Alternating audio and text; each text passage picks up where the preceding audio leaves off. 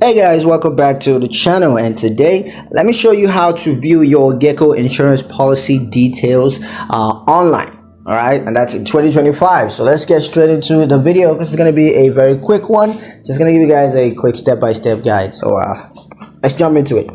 Now, the first thing you're going to do, of course, is to go to Geico's website and log into your account there. So once you're logged into your account using your username and password, you're gonna click on policy details.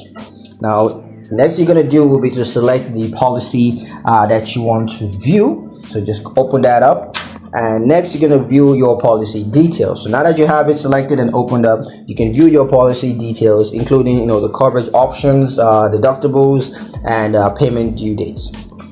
So yeah, that's pretty much it on how to view your Geico insurance policy details online. I hope you guys liked the video. Hope you found the information useful enough. If you did, like the video, comment down below, let me know what you thought. Share the video with your friends and subscribe to the channel if you haven't done so already. And I'll catch you guys in the next